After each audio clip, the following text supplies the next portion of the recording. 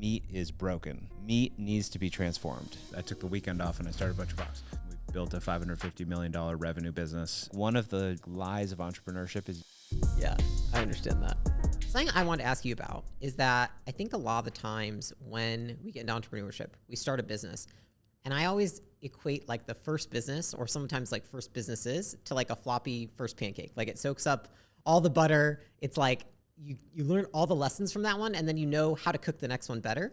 Yep. And I know that sounds silly, but I was curious in listening to your journey through custom made and going into ButcherBox. What were some of the lessons that you learned from custom made that allowed you to build ButcherBox into what it is today? Yeah, so I started custom made in 2008 and ran it until 2015, and then started ButcherBox. I took the weekend off and I started ButcherBox. You took just the weekend? The weekend, yeah. It was a long weekend. It was Memorial Day weekend. So there was 4 days? Yeah. And then on Tuesday, I had an intern who started on Tuesday who knocked on my door and was like, I'm here. What are we doing? Actually, really good for me because I had gone from a company of 60 people. Yeah. We had to let everyone go. I literally closed the gate of the office and locked the padlock, and it was pretty traumatizing. We had raised a bunch of venture capital. I lost everyone's money and was not feeling very great about myself. And if I had to just motivate myself to like pick up the pieces on Tuesday and start, I don't think I would have. But having somebody else be like, all right, what are we working on? Right away, I'm like, well, let's go find a coffee shop. That was like step one. Let's go find a coffee shop. You know, I think a lot of people talk about having to let people go, having to do layoffs. I had to do a layoff. The first layoff I did was 25 people. What was that like for you? Like, I would say in two different respects, which is like emotionally or mentally, like how did it feel? And then second is like, how did you figure out how to navigate it in a way that you felt the least shitty as possible? Yeah. Yeah. Okay. So first of all, going back to your first question, because I definitely learned some lessons. So one, when I started ButcherBox, I decided I wasn't going to raise outside capital. Yep. And so we bootstrapped ButcherBox. So we've built a $550 million revenue business. Awesome. Bootstrap, no outside capital. One of the reasons why I wanted to bootstrap was my first company. We brought in a bunch of venture capital, and they pushed me to essentially fire everybody who had started the company with me. Which was incredibly hard, incredibly painful. I lost a bunch of my friends and a bunch of the people who like hacked through the jungle with me to start the company. And so when I started ButcherBox, there were a couple things that were important to me. One was I don't want to raise money. I don't care how small the business is. And two was I'm going to start with company values. Like I'm going to start with understanding the types of people who will succeed here, the types of people I want around myself, you know, really just make sure I screen against that. Because my first company we hired on resume, it was like, oh, they have a great resume. They must be good. Yeah. And what I realized is that's not enough. Yeah. That's not enough. So unfortunately, in my custom made experience, I had a lot of experience firing people, which is unfortunate. And a lot of them were like really close friends. And I oftentimes think that people, one thing to, if you're running a company, one, nobody likes to fire people. So oftentimes your manager will bargain with you forever before they actually, you kind of have to force them. You're like, look, like I'll hold your hand. You have to like make a move here. Yeah. But oftentimes the employee knows that they're not performing. And so I like to say like we're freeing up their future. You know, it's like, it's going to be painful for a minute for them, but oftentimes they know, and no one wants to work at a place where they feel underutilized and unappreciated. So really, you know, recognizing that that's the case and trying to meet them where they are is important. Now, there's obviously like when you let someone go, there's some like legal stuff you have to do. You have to have their paycheck and you have to have their COBRA forms. And I would always start with like, hey, do you have a minute? They come in the room. I'll be like, look, this is going to be a really hard conversation. I want to let you know it's your last day. But yeah, I had to do that a lot. I've had to do that quite a bit, and it's never easy. But you have to. It's unfortunately, I'm a heart leader rather than like a fear leader. Unfortunately, you have to do what's best for the company, and oftentimes that means saying goodbye to people that you have known and loved and have done great work at the company. You have to recognize when that work is like dwindling, and either retask them on something else or part ways, and that can be tough. When you said that you started with values, one, what are your values? And two, I'm curious, did you come up with them by yourself or did you do it with that one other person? No, so we actually, we came up with our values 9 months in. We started having people I was hiring people that had a chip on their shoulder, that showed grit, whether that was athletics, army, some sort of like top of their class, something that shows some grit. Yeah. And we filled the company with failed entrepreneurs, children of divorced parents, D1 athletes, and just people who had something to prove. Yeah. And then as we got going, we were like, okay, now we're starting to hire a lot of people, and it was like, okay, time for these core values. So we have 5 core values. The way that we derived them is we pulled all those people in a room, and we said, okay, what are the traits and characteristics that make people successful here? And people put a whole bunch of stickies on the board, and then we combined those stickies into groups, and then we kind of like looked at the theme and came up with a theme and landed on 5. And I actually didn't participate until the very end, and I was like, oh, okay, I like these. So the first 2 are how we expect you to show up to work. One is authentic, and the other is humble. So authenticity, like actually being your true self, like not putting on a show, is really important to us. And humility, like for many reasons, like I wasn't a meat person when I started this company. We've kind of been this outsider who just built something, and having the humility to know that, and having the humility to know what we're good at and what we're not good at, really, really important. Yeah. And then we have accountable, which is kind of how we expect you to show up. Or how you should do your work. We want people to be accountable. If you say you're going to do something, like you need to do it. I don't want to be in an organization where it's like, oh, let me get that to you on Friday, and then it doesn't show up on a Friday. Yeah. And I am a master of remembering that you promised me something 2 weeks ago. I love that. So it's like, hey, you remember that thing that you promised me 2 weeks ago? I'm very good at remembering that and firing off an email or a text. Yes. And then we have the core value of relentless improvement, which I love. So the idea is that you can always improve. You can improve yourself, whether that's yourself physically or the work that you're doing. We're expecting people to improve themselves and their learning and whatnot, but also the business. And what it does is it gives you the ability to like maybe start with something that's not the best, like the best solution, but you know that with relentless improvement over time, you're going to improve. Right. So my favorite example is when we started ButcherBox, the only box that was available to ship in was a big styrofoam box. That's how like Omaha steaks ship. Yeah. And so we started shipping in a styrofoam box, and some of my friends were like, I can't believe you're shipping in styrofoam. Like styrofoam's so bad for the environment. Doesn't it bother you?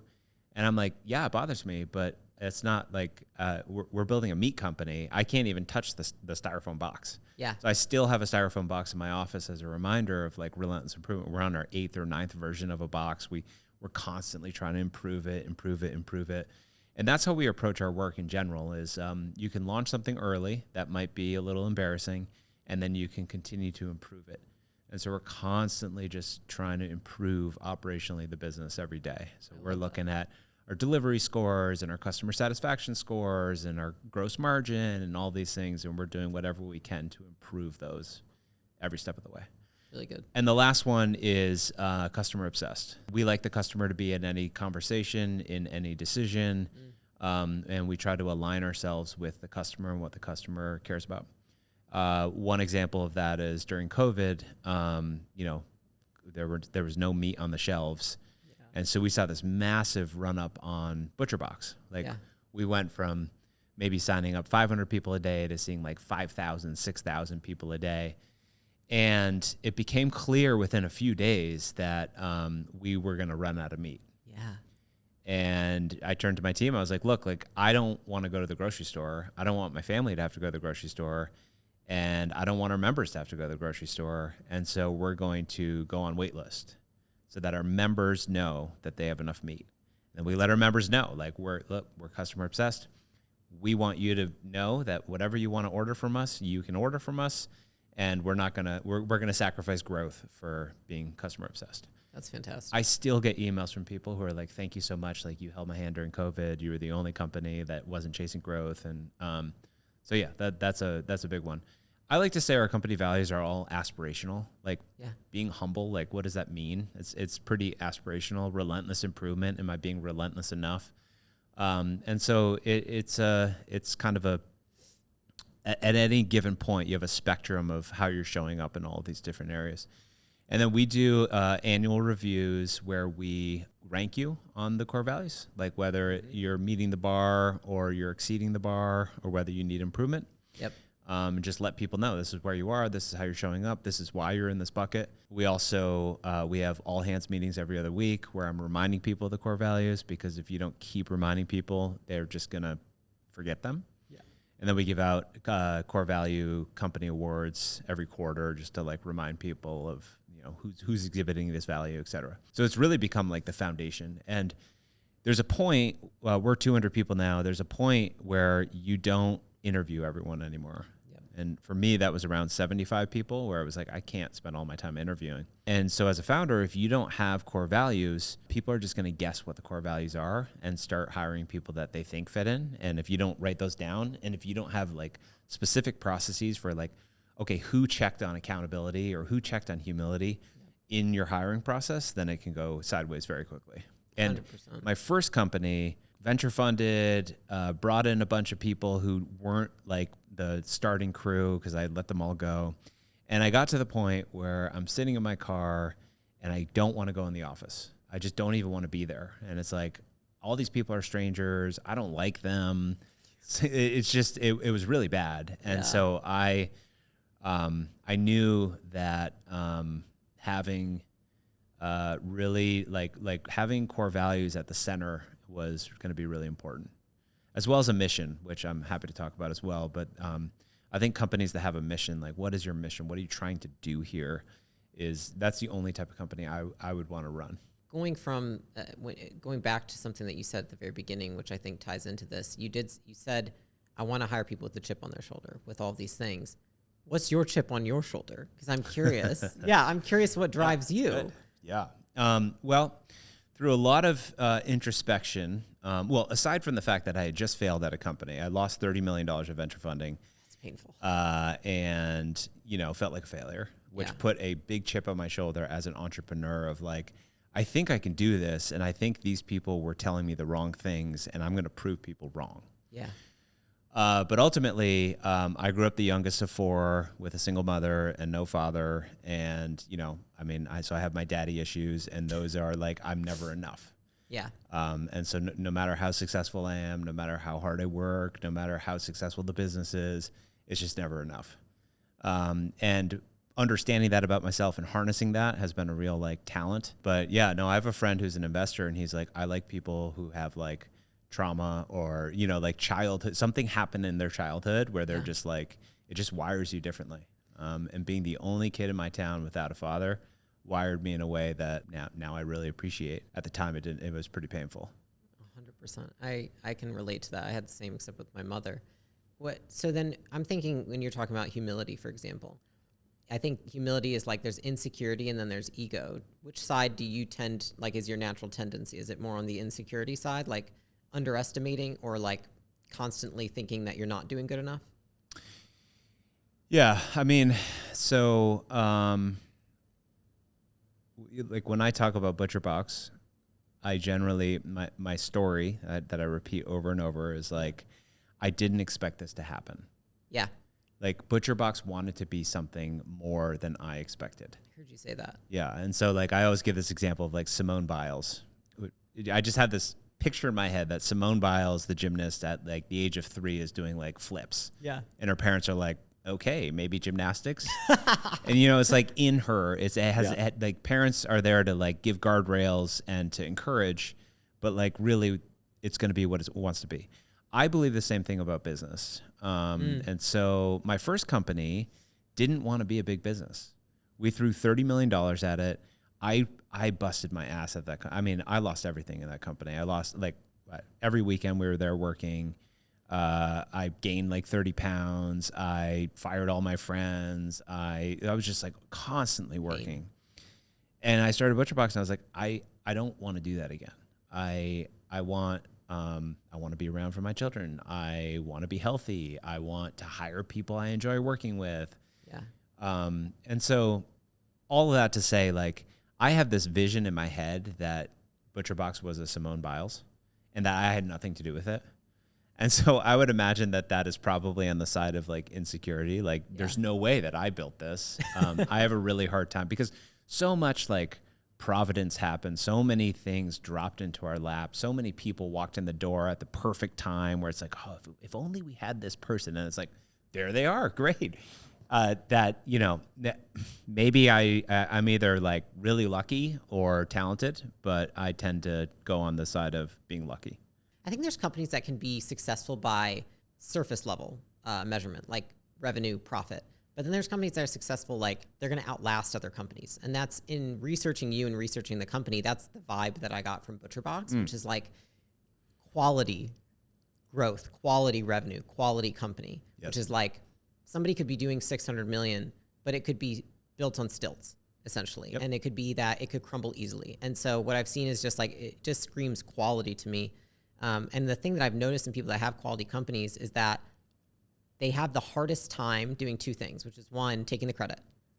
It's like the leader never wants to take credit. They always want to give credit, which I also relate to because I have a very hard time saying me rather than we.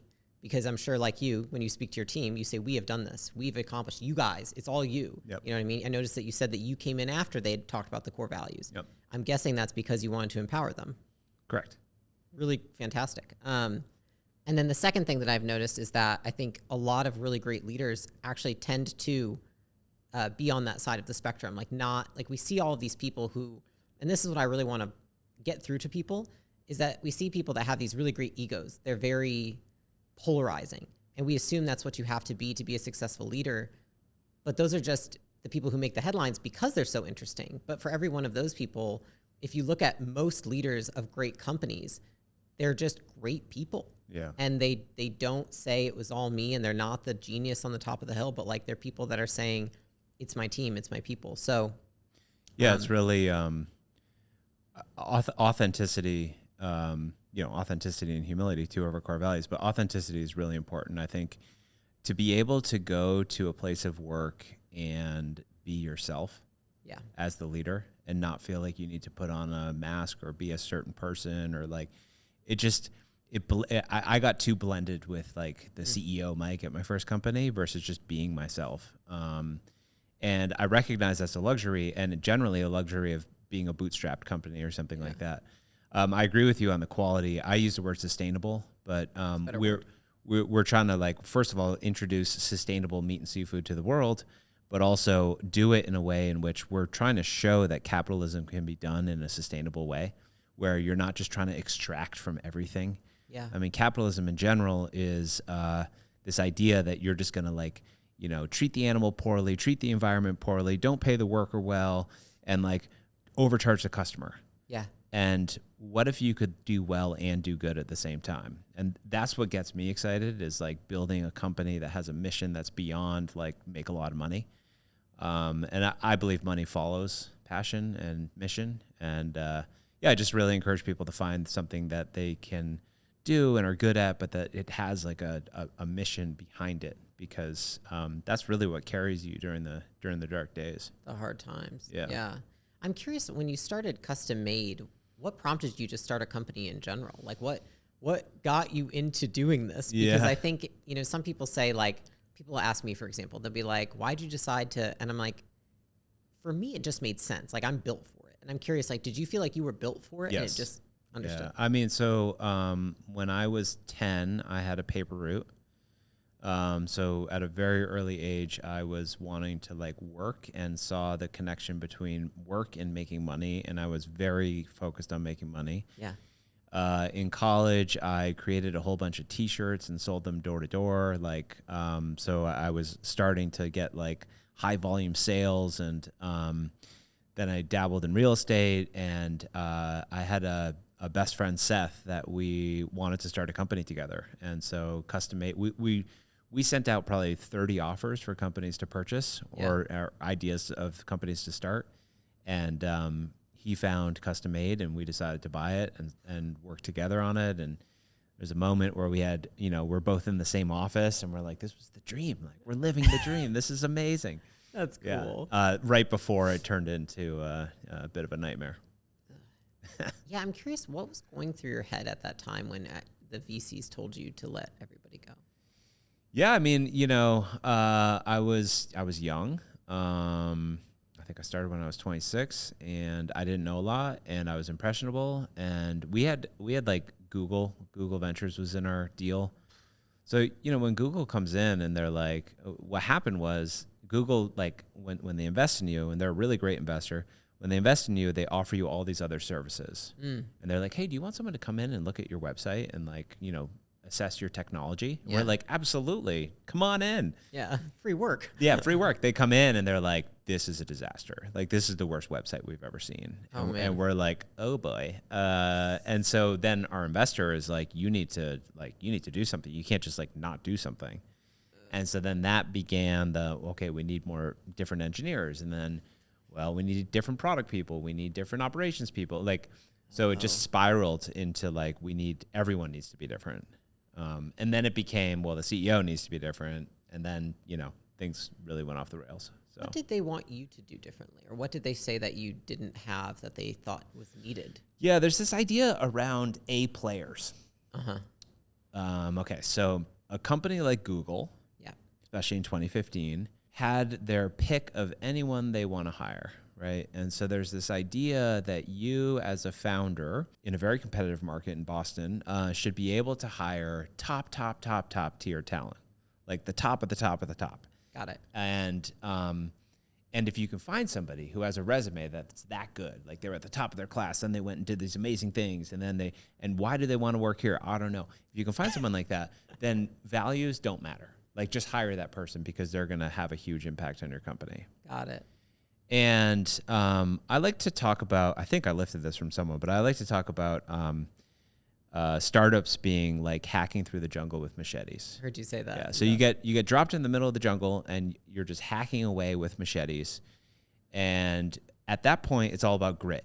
Like, it's literally like build fast, don't give up, work all the time. We need to find a road. We need to find a trail here because we're like lost. You got to handle chaos. And then you find a trail, and then you find a road. And, in my first company, when we found that road and we saw the big, beautiful Google bus, my co-founder and I jumped on it, and we're like, you guys don't know how to drive. We're going to find better drivers to drive this Google bus. This time around, I was like, that's not happening. I want to keep those hackers, because I believe that we can like grow them. Yeah. So we talk about this talent curve that like you need to grow your talent as fast as the company is growing. And if your company's doubling every year, as we did for the first several years, your talent needs to grow incredibly quick. And so we were just constantly like mentoring and just exposing them to as much stuff as possible so that they could grow alongside, like learn how to drive before we hit the bus. That makes a lot of sense. And that worked really, really well. What about in the situations where you're putting the same amount of effort into, say you have 4 people on your team and you put, say it's from you personally, an hour or 2 hours into each of those people plus extra resources every week, and then one of those people is not growing. How do you handle that situation? It depends on why they're not growing. So in my experience, there's 2 core reasons why people are not growing. One is they don't want to grow. They don't want to grow, they need to go. That's, there's no other option. Rhyme. Yeah. They don't want to grow, they need to go. The second is that they're in the wrong role. And I see that a lot. So great person, a lot of grit, really like could be impactful. Yeah. Wrong role. And I believe that a job of a CEO is to notice that, or any manager is to notice that and try to retask them or try to give them something else. I like to call it the useful life meter. So like those old parking meters that like, the dial goes down to 0. Yeah. You need to be like, this dial is going to go to 0 if we keep them in this role, and put another quarter in by retasking them on something else, getting them to do something else. Harder to do as the business grows, but early on, it's very easy to say like, you know what, you're not doing a great job of marketing. How about operations? Like, could you go over here and help with this problem? And we've seen people like really take on to moving around, moving roles. So I think that's the way. But oftentimes people, you're like, why doesn't Sally grow? Like, we've been coaching Sally for 6 months and like the behavior's not changing, or this thing isn't changing. And oftentimes like they don't see it. They're not dedicated to changing themselves or to growing. Yeah, that's always the hard one for me, because I never want to let go when I'm like, I know that they have so much potential, but if they don't know that and they don't want to capitalize on it, then it's like, Yeah, On the yeah. ladder. There's my buddy uses this gets it, wants it, has the potential, and so that's like his framework. So like potential high, okay. Do they get their job? Do they want it? No, gotta go. No potential, but gets it, really wants it. Maybe you can work with them, but you got to like figure out where to, like Right. everyone. I believe everyone at their core wants to contribute to a company, wants to feel wanted, wants to feel well compensated, wants to feel like they are doing a good job. Yeah. And either you find that at your place or you free them up to go find that somewhere else. Yeah. And the longer you keep them when you know it's not there, you delay them from their future. Yeah, that's That right. makes a lot of sense. I'm curious, what's your process look like for like when you're filtering, you're screening, you're looking for people to work at the company, maybe how it started versus like how it's evolved? Do you have like a specific talent strategy or interviewing strategy that you guys have in the company that you found works well for you? Yeah, I mean, nowadays there's a lot of like law around how you like hire and the questions you ask and all this stuff. So it's changed a lot since like it was just me and a few people. Like I said, we want to screen. So there's the competencies of the job. Like, what are we hiring you for? If we're hiring you to be an engineer, or we're hiring you to be a supply chain person or an analyst, like we want to see you do that work. Right. So oftentimes that piece gets missed. It's like, well, look at the resume, and people can like fudge a lot of stuff on the resume. So yes, doing tests, kind of like, okay, you have an hour to work on this, whatever that might be. You want to get really confident in the competency piece. Mm-hmm. And then there's the core value piece, which is, we have these 5 core values. And so it's like, how do you screen on humility? Right? Exactly. And it's similar to what you said earlier. It's like, do they use we statements instead of I statements? One of my favorite marks of humility is, do they ask what they do with their coffee mug after the interview, or do they leave it there? It's like a humble person, in my opinion, is like, where do I put this? Can I wash this out for you? And you're like, no, don't worry about it. We'll take care of it. But like, for somebody who's just thinking about themselves, that doesn't even cross their mind. 100%. So there are these little tells that you can kind of like key into and be like, And, I would hate to have people listen to this podcast and then be like, I got to put my coffee cup mug away. Yeah. But there are ways to, customer obsessed, same thing. Like when they talk about their business, how much do they talk about the customer and how much they listen to the customer and how much the customer drove what they did. So core values is a big piece. And then I love a good back channel reference. So usually you ask for references. The problem with references is they're going to give you like their top people. Yeah. Right. And so what I love doing is, you go on LinkedIn, you find somebody who worked with them, and then you're like, hey, can we talk about this person? And that's the most telling, is really like reference. There's a whole bunch of thinking. There's a book called Top Grading, which is all about like finding the best people. They talked, and this has worked really well too. They talk about the threat of reference check. Uh-huh. So you're kind of like, hey, walk me through your career. Oh, and then I did this, and I did this project, and I did this project. And I'm like, oh, cool. Like, we know someone there. Would they say nice things about you? And they're like, yeah. Like, and oftentimes you can get the truth out of people and what they really did versus what's on their resume. Yeah, it's so funny because it is interesting when I've talked to our team about that. I'm like, the resume. I mean, like now, it's like people can put whatever they want on there. Anything. It's just a piece of paper. It totally. can be. It's like marketing. It's like half the time they lie, and you're like, "What is this?" So I do love that a lot. One thing I actually wanted to circle back on that I thought was really cool is that you had started in sales, and I had started in sales as well. But I think that if anyone were to watch this episode, they're probably listening to you talk, and you seem like such a great leader. All these things. It's almost like people have this association where they think, if you're a great leader and you love people and you love this, like, how can you also love sales? And so I'm kind of curious, how did that transfer into ButcherBox? And what's your relationship with sales? Maybe it's the department, or maybe it's just sales as a philosophy. How's it evolved now? Yeah, well, I think you're always selling. As a CEO, as a founder, as somebody in a company, I'm always selling. Whether I'm talking to my company and reminding them of the core values and the mission and why their work matters and whatnot, or I'm talking to a supplier about what we're trying to do and how they need to get behind us and give us better pricing, or I'm, talking to the media, or I'm talking to my customers. Like, I'm always selling. You just change who you sell to. Yeah, you're just changing who you're selling to. And sometimes you got to sell yourself to, be like, okay, let's rally and get excited about this. And so it's a constant sales job. I think selling is, I personally, if somebody comes to me and says like, I'm graduating from college, like, what should I do? I personally think 2 years of door-to-door sales, some sort of sales, doesn't need to be door-to-door. But if you don't have your ass kicked by like people saying no to you and know what it feels like to just have like, no, no, no, no, no, yes. You're like, oh, okay, what did I do? Okay, can I change it? Ooh, more yeses. Oh, we have a pattern here. Yeah. If you haven't gone through that experience, I don't think that you can be as effective.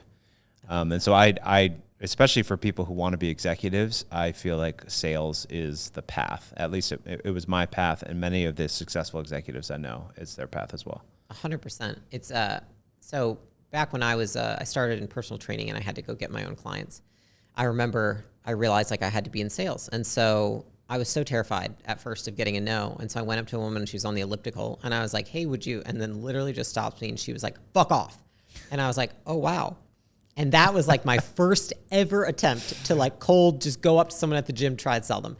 And it's so funny because when it happened, it was so traumatizing, but I was like, I need to fucking learn this. Yeah. And then you get so resilient. So I'm curious, do you remember some of like the biggest rejections that you had in sales?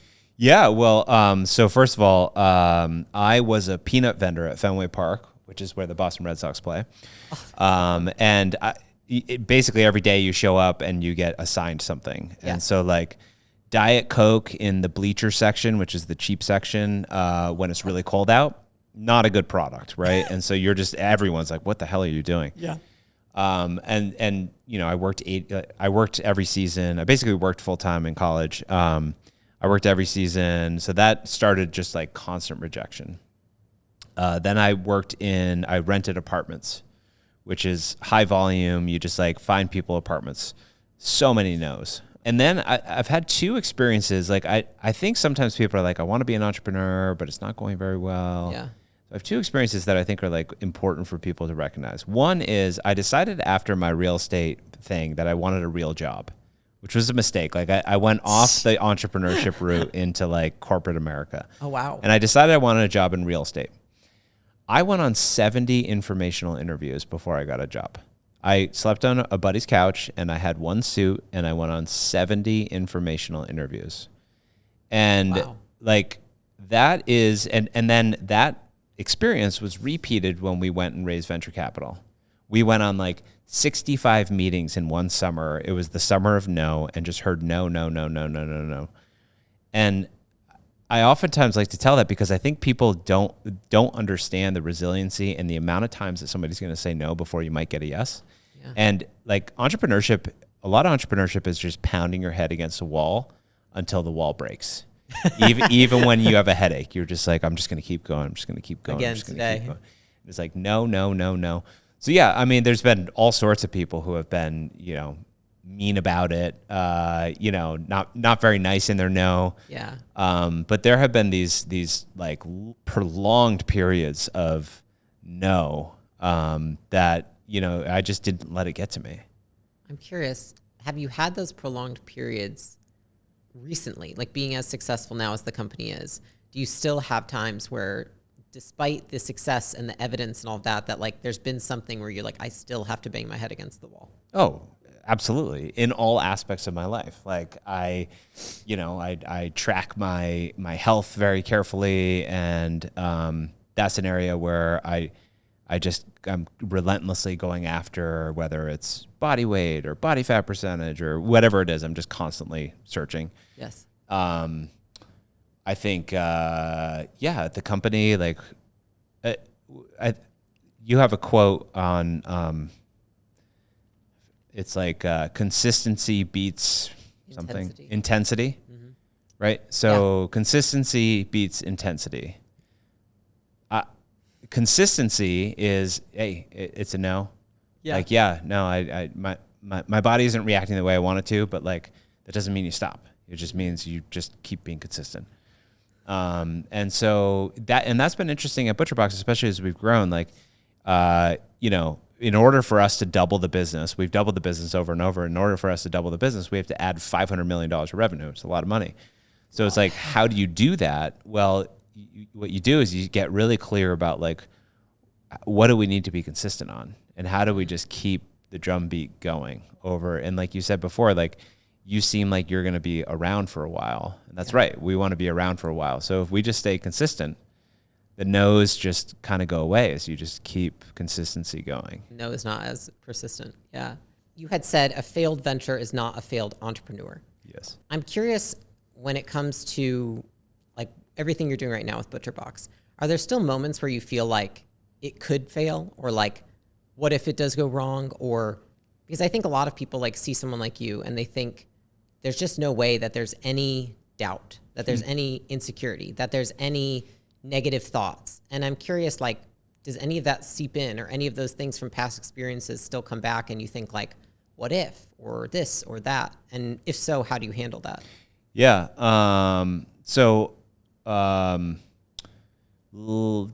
2023 was our first and only down year. 24 we grew again, but 2023 was the first year that we went down in revenues. And that was really troubling. It was like, oh my God, like what have we done? Like I'm a failure. I'm not doing this right. Like this market is just going to fall apart, you know, just all the stuff. So yeah, I definitely can ride that train of anxiety quite often. And then you got to remind yourself about being consistent and about the team you have. And like, yeah, we can get through this. Like everyone must be dealing with the same thing. It's not just us. Like, yeah, I am no stranger to self-doubt and to feeling like I might fail. I think tactically, as an entrepreneur, entrepreneurs are some of the most risk-averse people I know. And oftentimes they're considered to be the most risky.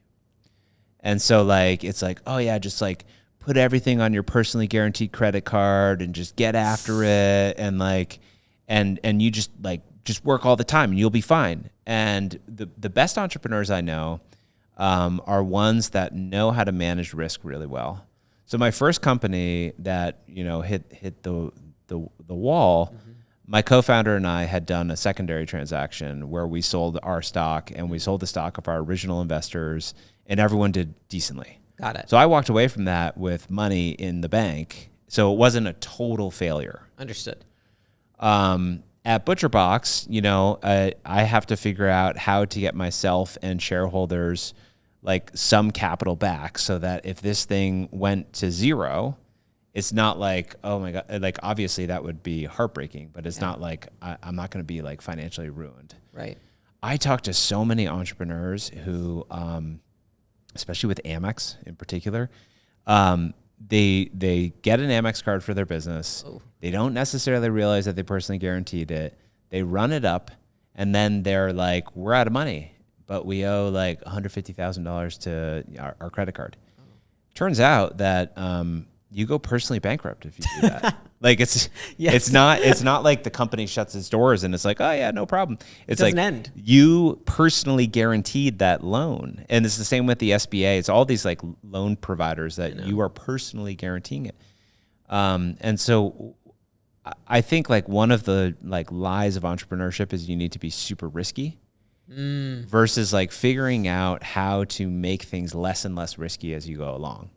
I love that so much, because I think oftentimes when someone tells me that they're taking a giant risk, I think to myself, why is that necessary?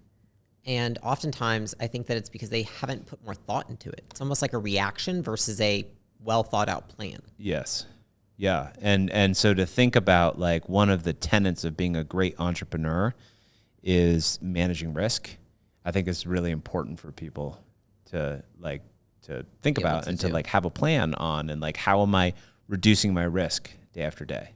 Yeah, the other one I think is like personal boundaries, which I'm happy to talk about as well. But I think entrepreneurs oftentimes lose their soul to the business. And I think the best ones are ones that are able to like have their own personality and their own time and their own space. And like, if they want to be like hanging out with a family or going on trips or like what unplugging, like whatever that looks like, that the best entrepreneurs I know are not 24/7, 365. They've learned how to incorporate what they're doing into their life, but their life continues to be the thing that's like the most important. Have a thing there. Yeah, I'm curious then. Let's go into that, because I did actually have the question for you, which is like, what are your thoughts on, the word work-life balance, how that looks for you versus how it looks for people in your team? Do you use that term? Do you use a different term? Beliefs around it in general? Yeah, so I think the idea of work-life balance, certainly post-COVID, has changed. I think it's more this work-life blur, right? Because you're kind of like always working. The messages are always coming in. Like you could just work all the time if you wanted to. So a couple things for me. So when I started the company, I had a 4-month-old at home, my first child. Wow. And I had seen what I had done in my first company. Was like, I'm not doing that again. Okay. And so right from the beginning, I decided that I was not going to work on Fridays. Wow. And throughout my girls are now 8 and 10. I have 2 8-year-olds and a 10-year-old. Throughout them being at home before they started going to school, I was home every Friday. Took care of them, did everything. And I actually think that was one of our like competitive advantages. Yeah. Because what it did is it forced my team to grow up.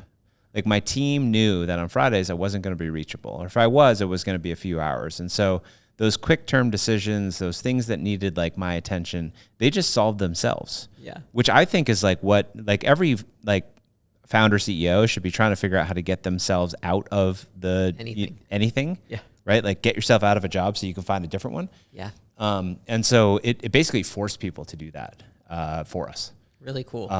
So that was like, the balance piece. I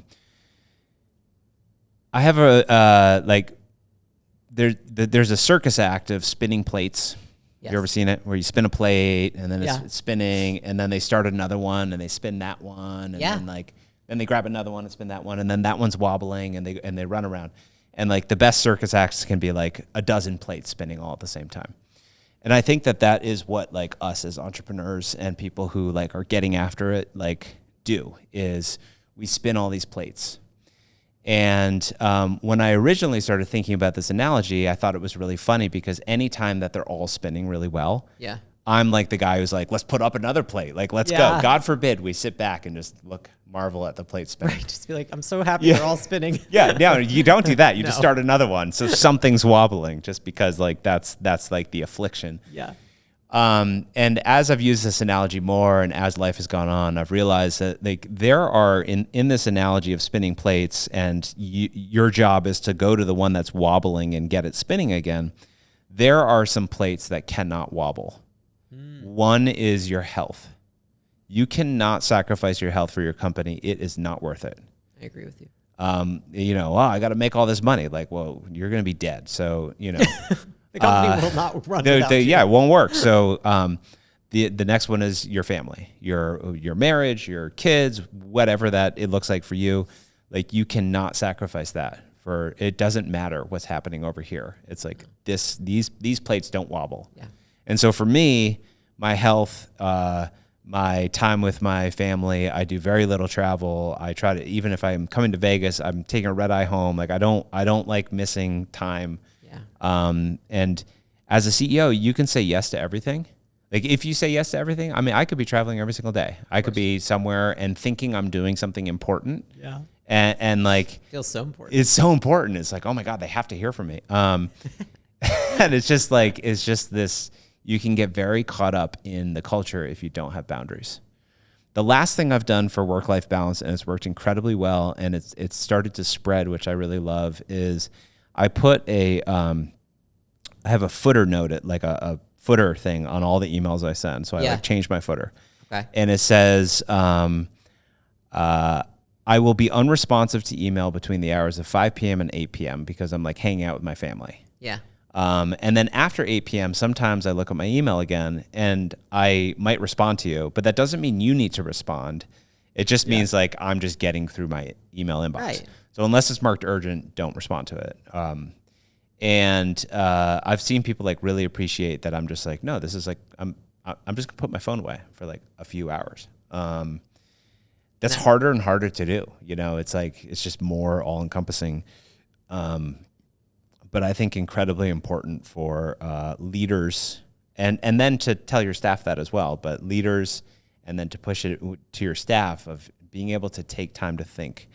Yes. I actually think that the Fridays, in addition to growing my team, were really good for me, because while I was playing with Legos and dressing up dolls and going to the science museum, I was thinking. Yeah. And you oftentimes don't get time to think because you're so busy, you know, tweeting and responding and doing all the other things that you do these days. You don't get very much time to think. And it was like forced thinking time. It's really, really good. And I love that you said that, because, you know, even in my content, I think sometimes I've gone a little too hard on like just, you need to fucking work, because I see so many people who like think it's, you know, they work 4 hours and they're like, gosh, it's a long day. And I'm like, all right, this is gonna be tough. But the things that I've never sacrificed are, I've never sacrificed working out. So it's like, I have a target, how many times I'm going to work out a week. The time might change.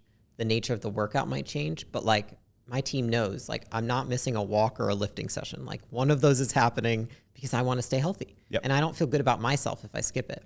Second is my marriage. I don't have kids, but if at any point my marriage, there's anything, a disagreement, a feeling of tension, like I will postpone a meeting. I won't go into, like, I have to fix that first, because it will be stealing my attention thereafter. And then I don't feel good. And then the last one, having that time, I've done something similar, except with my Wednesdays, I don't take meetings on that day, because I've realized like Monday, Tuesday are heavy hitters, and I usually need to make decisions at some point. And so it's like Wednesdays, I need more buffer time so I can process the things that have happened and then go back on Thursday, Friday. But I think it's so important, because I think a lot of people, I don't know if you relate to this, but I think it is one of those where, like, of course, when you very first start the company, there's definitely times where it feels very chaotic. But as the company grows, especially, the magnitude of your decisions, it's like steering a rowboat versus steering the Titanic, right? Because if you make the wrong decision as the CEO, it's not just like, oh, we'll just go the other direction. It's like, we've got to steer the whole ship. And so it's something I've tried to get through to even like my leaders in my company, which is like the importance of the thinking time. Because your decisions take so much more to reverse once the company gets big. I don't know. Have you noticed that? Oh yeah, for sure. Yeah. Yeah. I mean, I make less and less decisions now. I think, I kind of get called in for the bigger decisions, but yeah, when you make a decision, it matters. And obviously ideally you make decisions that, Jeff Bezos talks about one way and two-way doors. Like you make decisions that hopefully you can come back from if it doesn't work out. Yeah. You get paid for your brain. And I like to tell people, like, if you learned that LeBron James spent 2 hours a day shooting free throws, you'd be like, yeah, of course. Like, he's a professional athlete. He's got to do that. Yeah. And then we expect ourselves to sit in a CEO seat and not spend that time doing the things that we need to do, which is like working out and like grounding ourselves and all the things and whatever we're doing with our brain. And, like I spend a tremendous amount of time trying to prime myself to make those big decisions and treat myself like the professional athlete that I am. But it's my brain, not necessarily my body. That is what I get paid for.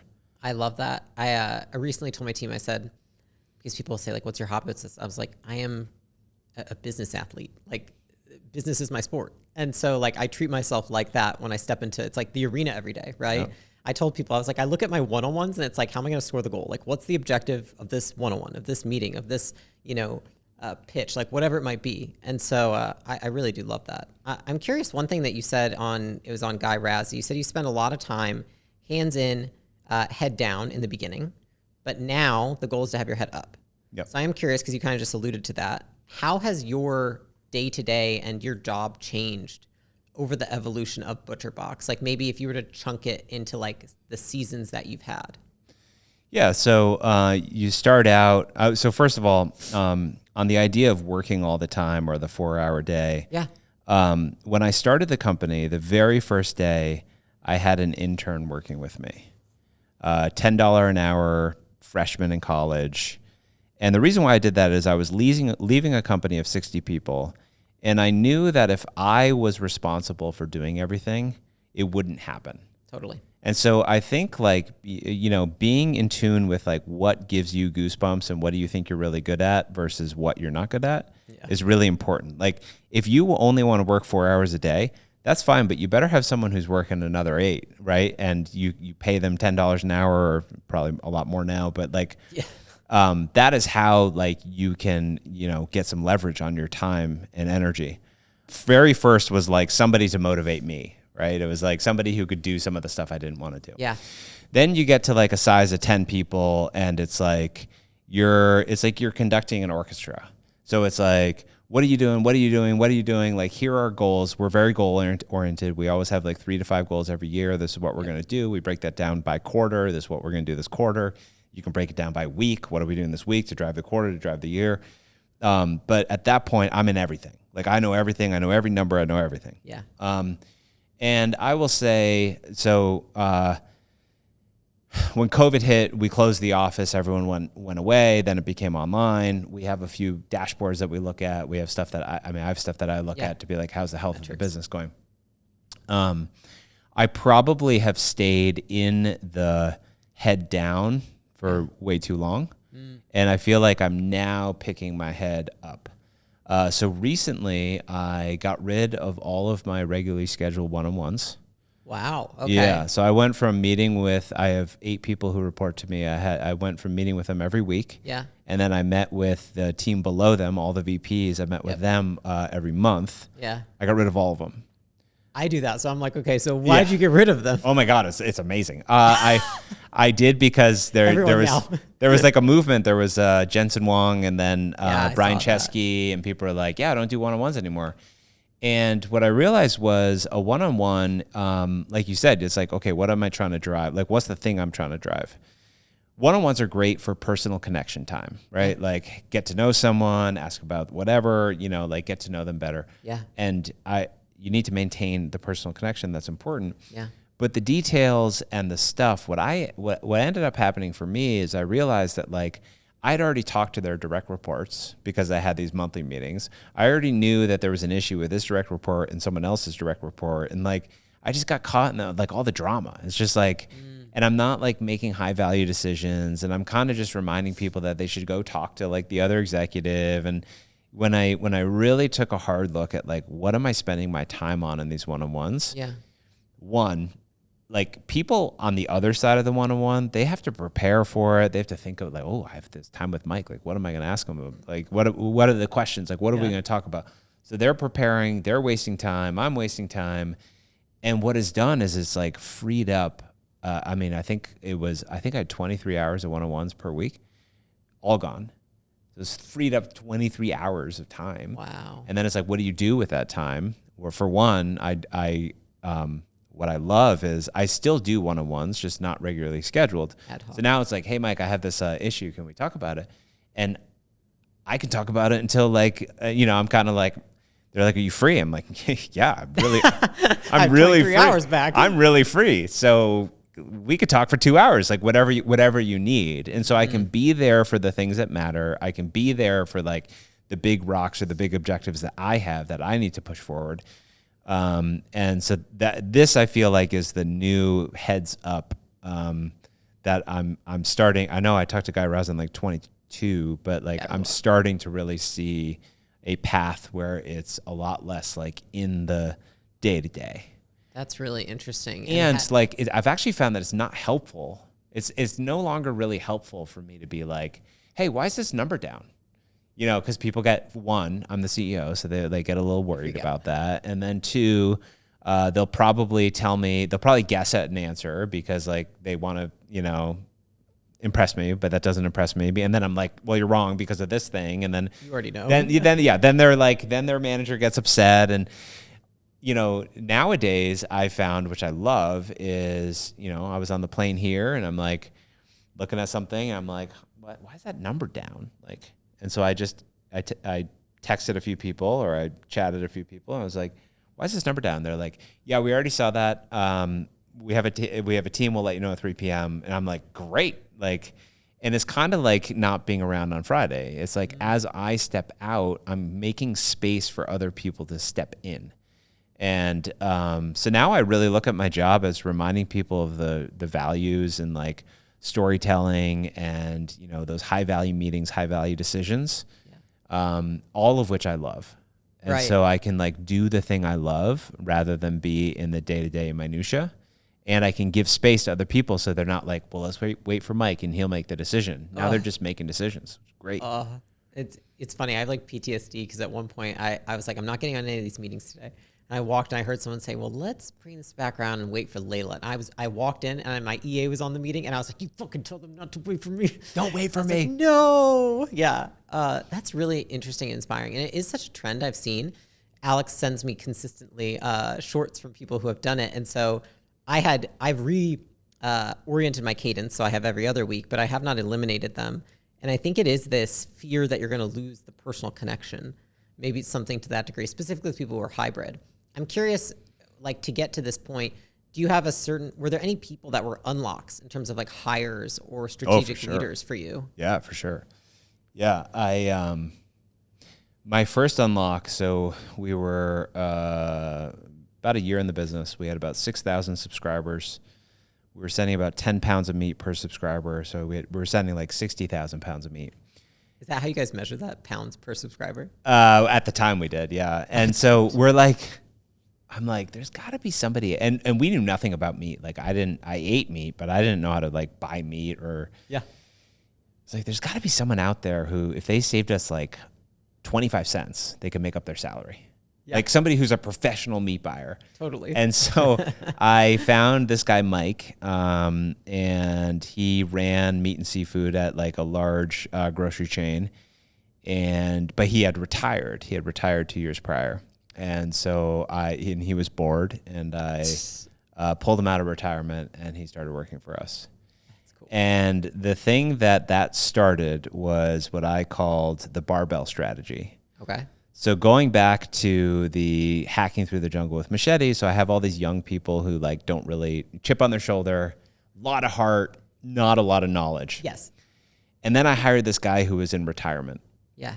And so I had two ends of a barbell, one like really young people and older people. And what we found was that people who are near retirement or post-retirement are so delightful to work with because they, first of all, they're domain experts. They just like know the domain way better than, you know, I mean, the guy came from 30 years of buying meat and seafood. Like he knew everything about it. They are really eager to leave a legacy by teaching young people the tricks of the trade. They don't have the ego, and they don't have like, I find that a lot of people in the middle, they're thinking about their career. They want this to be like the one mark on their thing. They want to like progress really quickly. They have a lot of pressures at home to like be home and all this stuff. And like, versus young and old, that is like a beautiful, beautiful mix. And so, yeah, we had, he was like one of the first real big unlock change makers for us. The other one was a woman who I had tried to hire for years. I tried to hire her at my last company. Her name is Leslie. And Leslie ran customer experience at Zipcar, which is right down the street from my first company, Custom Made. Oh. I got to know her and was like, I need to work with this woman. And I brought her in to run customer experience and product, and now she runs technology as well. Oh, fantastic. And she really like, you know, solidified how do you operationalize customer obsession, and how do you, you know, when you get as big as we are, you forget that there is a customer eating meat on the end of like all of our work and numbers and graphs and all that. There's like humans eating stuff. And bringing that to life and helping remind people of that and really like indoctrinating the company into customer obsession has been something that she's done incredibly well. I mean, I have so many examples of people who are like, you know, just have done an incredible, incredible job. And I think that's like one of the beautiful things about a company. It's both the most heartbreaking and the most beautiful thing about a company is it's like water, like a river. You know, people pass through the company. Yeah. And if you're building anything for the long term, even you will pass through as the founder. And so what do they do when they pass through? Well, they erode the rocks and make the river more beautiful, or they don't. And I just my goal with my talent is I want people to leave and say, that was the best place I ever worked. And that was like the best move for my career. And if they leave after a year, or if they leave after 10 years, or if this is the only place in their career, it almost doesn't matter to me. What matters to me is like, did we have the impact on that person? And what I've found is if I focus on that and I just care about that, driving them to be the best that they can be, everything else kind of solves itself. Have you heard of the Peter Principle? Yeah. Yeah. So the Peter Principle, for your listeners, maybe they haven't, is this idea that you hire somebody, and if you keep promoting them, at a certain point, you promote them to their level of incompetence. So, and then you're like, oh, don't promote them anymore, because like they're buried. Yeah. And so if you are running a company and you're into promoting people and into letting people grow, which is what you want, over time, in the aggregate, everyone is now incompetent, right? And so you need to be able to have the courage to say to somebody, like, look, you're incompetent right now. Like, we love you, but you can't do this job. So like, I need to bring someone in to help you get to the next level. That doesn't go well with everybody, but the right people, the ones that are willing to grow and listen and see it as an opportunity and just want to continue to do great work and contribute, they're all for it. I agree with you on that one. And I think it is positioning it as like, this is I'm paying for you to have a mentor, essentially. Yeah. Because like and I can't teach you and I don't have the time. So I do love that. I kind of want to segue into something that I actually am just curious of that came to mind a few times as we're talking, which is, why make content at all? Why come on the podcast today? What is that, because now you've shifted into being more heads up? Is this part of what you now want to take on as being, is stepping into that more now than maybe in the past? Because you have plenty of content out there, but I don't know. I'm curious, like, what percentage of your time does it take? You could call it content, public relations, being the face of the company, doing external facing things. Like, do you enjoy that? And curious, because you said you love the time at home, you came and flew here. Yeah. So I'm curious, what's the objective with that for you? Yeah. So I have like 3 stories to tell. And unfortunately for me, or fortunately, they require a lot of conversation. Yeah. And so I really love conversation podcast. I really love lecturing. I really love like getting in front of people and telling our story, because I think it needs to be told. Yeah. One is that meat is broken. Meat needs to be transformed. If you look at anything, like any sort of demographic, it's more and more people are guilty about the meat that they're eating. They feel guilty about it. Why? Because meat has a huge ethical wake. The animals are treated poorly. The environment is treated poorly. Farms are closing faster than they ever have. Jeez. And we have a solution for that. And more people are deciding, like, I don't want to feel guilty about the meat I'm eating. I'm going to eat something that I know the animal is treated well, the farmer was paid well, the environment is being regenerated, building that sustainability into the meat that they're eating. And we have all the species and seafood and all that stuff, so that you can just buy from us and like feel good about it. Not worry about it. Not worry about it. Hasn't it's like ButcherBox. Like, I could spend an hour and a half talking about salmon, like just salmon, like all the things about salmon. And I love that. So that's a story that we have to tell. Now that's not this podcast, but like that's a story we have to tell. Next one, salmon. The next one is around entrepreneurship and bootstrapping. I built this company with no outside capital. That is rare. And when you read the tech press, you read TechCrunch, you're like in the tech stuff, it's like not even considered as an option that you can bootstrap something. And what I love about this enterprise here with you and Alex is that you guys are like fervent bootstrappers. You're like, we're going to teach people how to bootstrap. We're going to encourage them how to bootstrap. We're going to help them grow big businesses. And by the way, you can make so much more money bootstrapping. Like, this is the path. Yeah. What most people see is Shark Tank, where the sharks go on and they shit all over your company and then take 35% of it. And then like you're sunk. Yeah. Right. And so like bootstrapping, I believe, is the right way to build a company, and I don't think it gets the time of day. So if anyone wants to talk to me about bootstrapping, I'm like, no problem. Tell me where to go. It's so fascinating because it's funny, but like I so see that now that you pointed out. I just knew nothing about the Silicon Valley world when we got into business. I didn't even know that was an option. Yeah. I was like, right, people would give us money? Like when I understood that after, because that's how naive I was and what a small town I came from, I was like, really? People like just give you money when you have a pitch deck? Like it was beyond my ability to comprehend. Yeah. Man. Yeah. And then the third is like this idea of mission and company values and treating your employees well. I think capitalism, capitalism has been around for however many years, 500 years, whatever. People think of it as an extractive thing. Like I'm going to take as much money from my customer, pay my employees as little as possible, and then like go treat the animals as poorly as possible so I can make as much money as possible. Yeah. And the reality is that like you sign a fiduciary duty to your shareholders that says you're going to like just drive profits, drive shareholder value.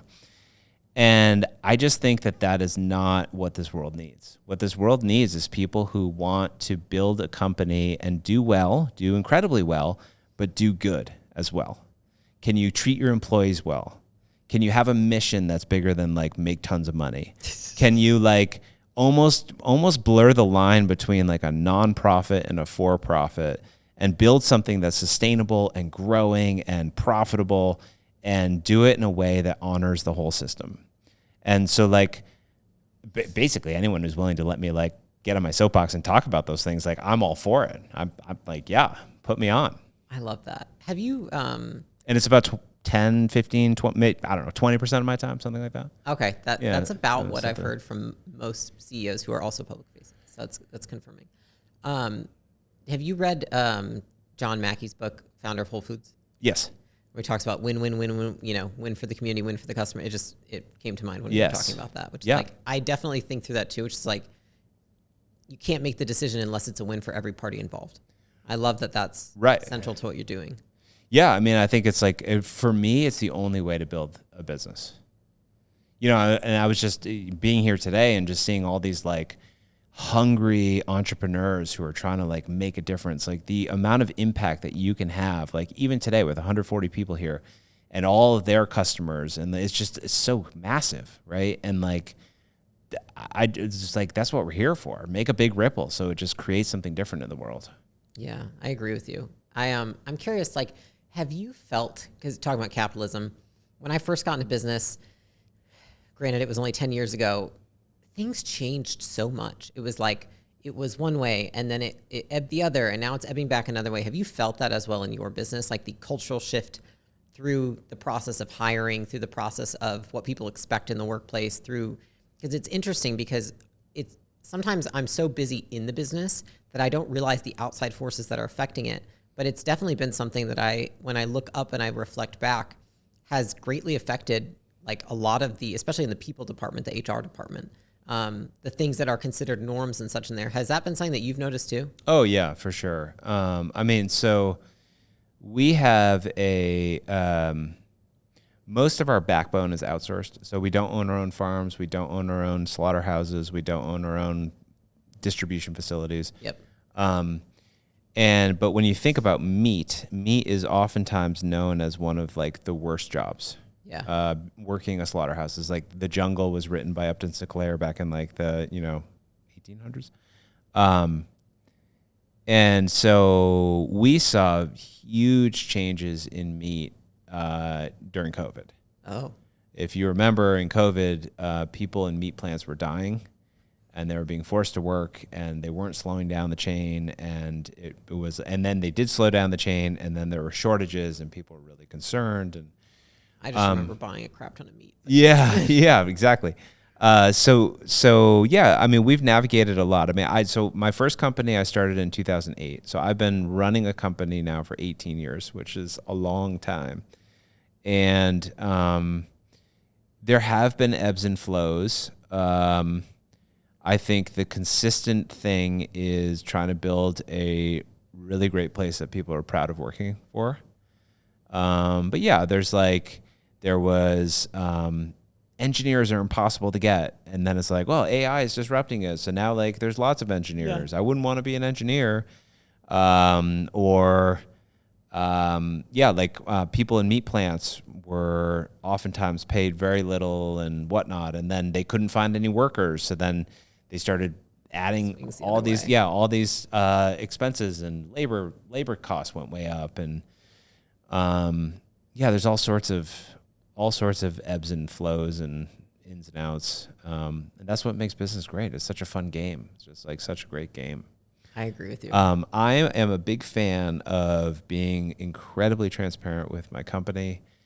We show our company the numbers. We show them how we're doing. We get them rallied behind the idea of like, we teach them what they need to know, teach them about gross margins, teach them about EBITDA, teach them about all these things so that they can be better stewards of the company. I love that. And that's something I've done for my last company too. We used to tell people like, this is how many months we have until we hit a wall. So like no one was surprised when we had an issue. And now at this company, it's like a great way to rally people and get people bought in and to understand how what they're doing contributes to a much bigger story. That's fantastic. And I'm glad you shared that because I encourage people to share their numbers and to share like, I said, you don't have to share the expense of every single department because it's not relevant to everybody, but the basic P&L for the business to be able to share that with people and educate them on. That's really cool that you do that because I think it just empowers people because you're like, this is the number that you affect. Yeah, exactly. And then they're like, it clicks with them. They're like, oh gosh, that's how I affect the business. Yeah. We don't do open salaries. Some people are like, here are the salaries. I think we don't do that. But everything else we're very, very open about. And I think it's helped dramatically. It's really cool. If you don't mind, I actually had a few quick questions I wanted to ask you as we near to the end. My own version of a lightning round. One question for you is, what's one thing that you do that you think other people would consider weird or odd considering your status? Oh, considering my status? Yeah, you're a CEO. You have this very successful company. Oh, well, the first thing that very professional. The first thing that came to mind was I do prolonged water fasts. Oh. But maybe someone in my status would do that. I'm not sure. But right. So I oftentimes do 5-day fasts where I just drink water. How often? At least once a year. Ideally 2 or 3 times a year. Wow.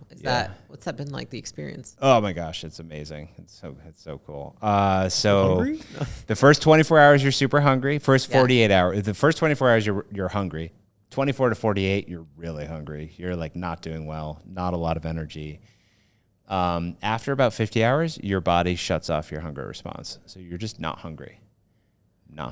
Wow. And for me, my sense of smell goes like through the roof. So I remember I was at a park with my kids and I could smell it like a Caesar salad. Like I was like, I smell Caesar salad. And it was like 100 yards down. It's like, because your body's just like primed to eat. It's like you need to eat. Wow. And then at around 100 hours, which is, just over 4 days, at least for me, and many other people have reported this, it's like this euphoria. It's like, I think your body's basically like, either it's saying like, okay, you're going to die, so we're going to keep you happy, or it's saying like, well, it burns extra calories to be anxious or angry. And so I just have like no negative triggers, and I'm just like living like just with like joy and love and curiosity, and it's like wonderful. To the point where when I eat again, I'm like, ooh, I can just like feel the anxiousness just rising up in my body. It's fascinating. So that's one. Is that really unexpected enough? Yeah, I mean, I didn't expect it. And it doesn't. No, it's really interesting too. Okay, so if I asked your team, what's your biggest pet peeve? What do you think they would say? I think they would say not being on time or not being accountable.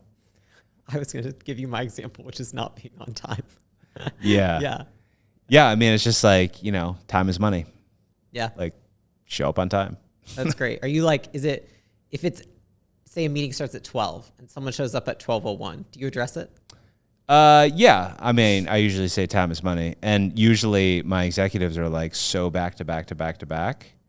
And then, now that I'm in this realm of like, doing less one-on-ones, it's just kind of like, you might want to consider having less of these because you're so back to back that you can't show up to a group of 8 people who are the most highly compensated people in the company. Like we're burning money.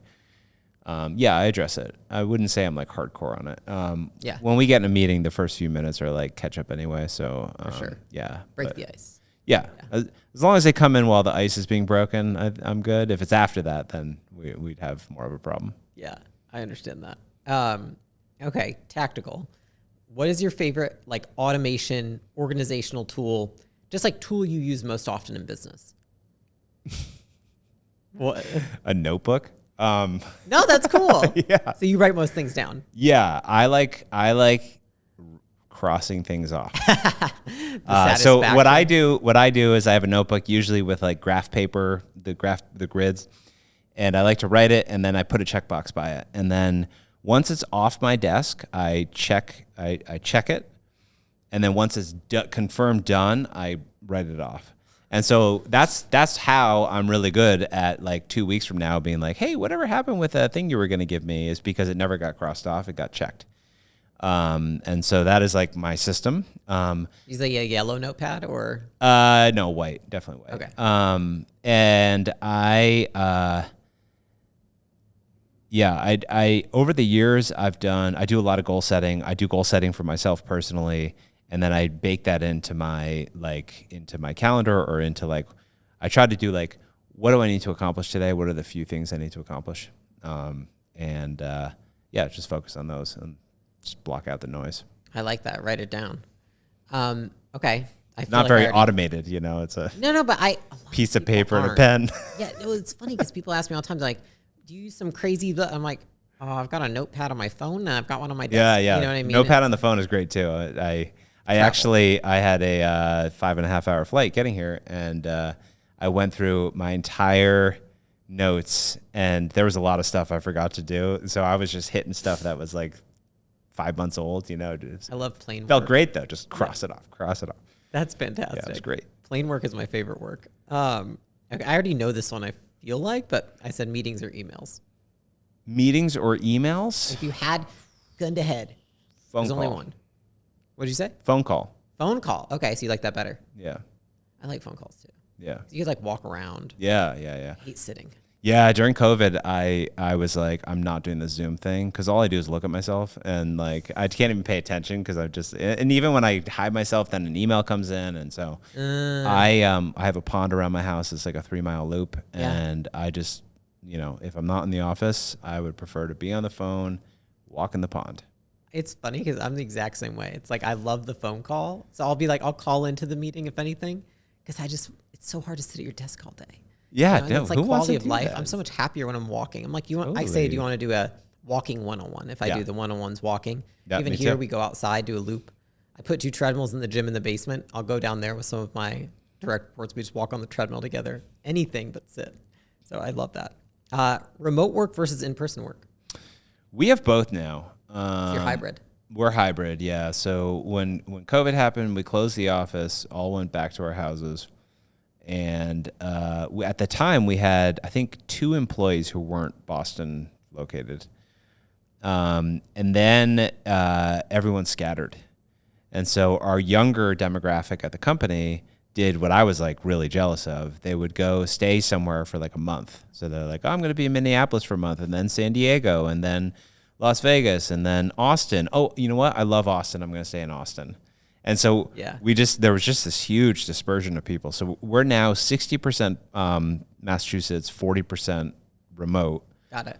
And I don't know how to call it back. It's like, I can't force everyone to come to the office, or I'll lose 40% of my staff and some really good people because we hired people outside of Boston. I go to the office. I love the office. But I don't expect everyone to come in all the time. I believe that you need to build. So if you're going to do that, if you're going to do hybrid or you're going to do fully remote, you need to build like in-person connective tissue somehow. And so for my executive team and my VPs, every quarter we get together. We're all together for like 2.5 days, a couple of like dinners and stuff. And then we do one annual trip with the entire company. Oh, a trip. Yeah, we just got back from a trip. Okay, so I'm asking you because we've been doing an annual meetup, and I said, you know what, I'd love to do an annual trip, something fun. Yeah. This is too serious for Yep, me. yep. And they were like what? So what's your favorite one been? Well, we just got back, so we've done a bunch of them. And they all started because my company hit a sales prize. Like in 2016, we got together. We're like, let's set some goals. We set these goals, and they were like really audacious. And it was like, if we hit these goals, we got to do something crazy. And I was like, guys, if you hit those goals, I'll take you all to Mexico. Oh gosh, yeah. And then they hit the goals. And so I was like, okay, I have two choices. I can either like go to a Mexican restaurant and be like, we're in Mexico, or like go to Mexico and wow them. I chose to go to Mexico and wow them. And we invited plus ones, and it was just like, wow, this is incredible. Oh, that's and so, but on that trip, it was like 3 days. Most of the time we were in a room, like talking strategy, watching these waves crashing, or it was just like, this doesn't feel right. But nowadays for our trips, we try to put the content to as little as possible. We'll have like a producer, we'll have a few customer panels.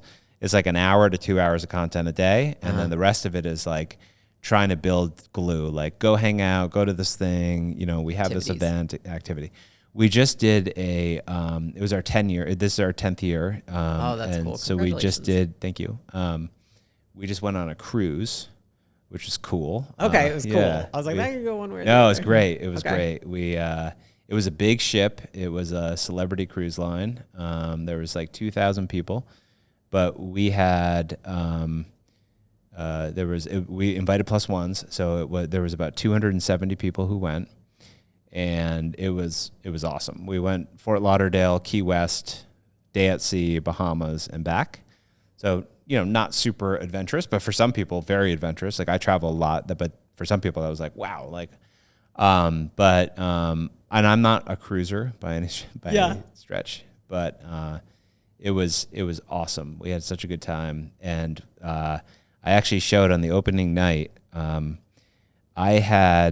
was working with a coach in 2016, so a year into the business. The business had just started, and my coach was like, okay, vision out your grandest vision. Like, what is your grandest vision for this company?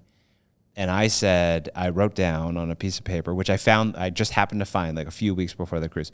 Wow. I wrote down that we were going to, that I was going to have sold ButcherBox. So that part I got wrong, but I was going to have sold ButcherBox, have started these other companies that collectively we would have a path to $1 billion in revenue. And then I was going to take everybody, all of my employees and all my family on a cruise.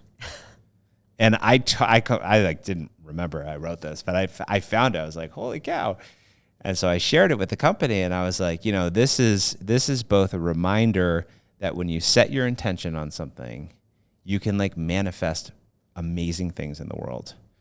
And also a reminder that like whatever your vision is, there might be a bigger vision out there. Cause I didn't have to sell the company, and like here we are, and we're doing exactly what I had said we were going to do, which is like really cool. That's really fucking cool. I literally got chills as you told that story, because that's just like, that's so full circle. I think that's everyone's dream, right? It's like to have the vision of what you want actually come to fruition. You're standing in it and you're like, I did this. Yeah. I think that most entrepreneurs, when they think about starting a company, they think about a business plan. They're like, okay, I need to put together, what am I going to sell, and what are my customers, how much is it going to cost, and like all that. Like, what's my business? And I really encourage people to start with a lifestyle plan. And so the exercise that I have wannabe entrepreneurs do is to vision your life 3 years in the future. And do this after you've like had a hard workout, or you're walking through the woods or whatever. Like do it. Don't do it like using your brain. Do it using your heart. And you think about your day. Where are you waking up? Are you waking up next to somebody? Are you getting a workout in? Are you hanging out at home for a bit? Like, do you go to an office? If you go to an office, who do you see there? Like, what's your day look like? Who are you calling? What are you doing? What are you focused on? What are you looking at? Just like creative writing exercise, a day in the life of you 3 years from now. Pick the date. It's January 28th, 2028, and this is what I'm doing. And I've done that several times, and it is eerie how close you can get from what you had said was going to happen to what actually does happen. And I think, again, because a lot of entrepreneurs, that like they let the business take over themselves, they forget why they started it. And if you have something that you've written down that you can go back to and be like, wait, this doesn't fit in with my lifestyle plan. Like now I'm traveling all the time and doing all this stuff. And like, that's not what I wanted to do. Is a great reminder, more so than a business plan, because I think your business plan needs to feed that lifestyle plan. Like if you don't want to be on sales calls all day, don't start a sales calls business, like whatever it is, or hire a sales call person. But if you get straight on what you want out of your life and what kind of life you want to live, then I think the business then becomes in service of the lifestyle you want to have. I really like that because I think it's similar to something I say, which is like you want to engineer an environment that you want to keep showing up to. Yeah. For me, that was a huge reason I wanted the in-person, is I actually really like in-person work. So I was like, I want an office that I can go into every day. I want a studio that I can go to. I want, like, when I have my vision, it's like I get to go into work versus like work at my desk and never see anybody all day and work in this fucking box in the sky, right? Because I live in a high rise. And so I really agree with that, because I think a lot of times people don't think about that. It's funny because last week an entrepreneur asked me, he said, how do I know, because he's selling his business. And he said, how do I know what the next one should be? And I literally said, what do you want to do every day? Like, what do you want your day to day to look like? And because I thought about that so much in starting acquisition.com, because I hadn't thought about it in starting our last business.